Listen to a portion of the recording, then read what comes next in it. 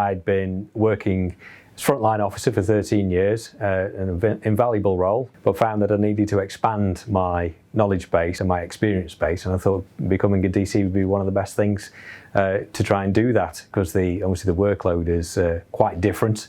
The investigative levelness of it is far more in depth, and it does test your mind, and it stretches your abilities to see how well you can investigate and obviously apply that in a real world situation.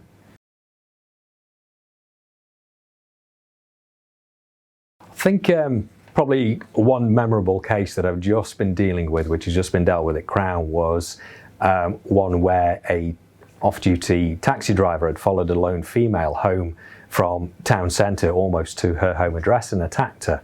It was quite a difficult case because it was, from the outside, it looked like it was only a low-level assault. However, it was the intent that we had to look into. And we were able to, with the help of obviously all the other services that are joined to the investigative services, was to be able to prove his intent, that he was actually committing an offence with the intent of committing a sexual offence. And from that we managed to get a guilty plea. So that was actually quite rewarding to get that result, because it's very, very difficult to prove somebody's intent or somebody's thoughts in their mind and put it down on paper.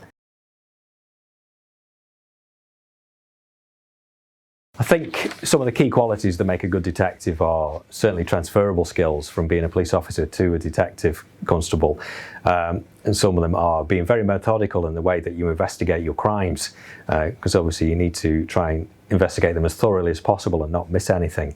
But probably one of the two most key important things, are team.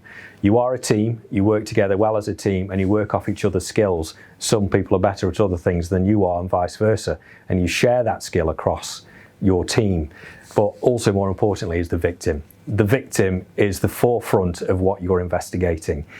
They need a result. No matter what the result is, you need to try and get that result for them. And you have to remember that even if you're carrying a workload where you've got various victims, that victim has one crime, and you've got to investigate that one crime as best as you can.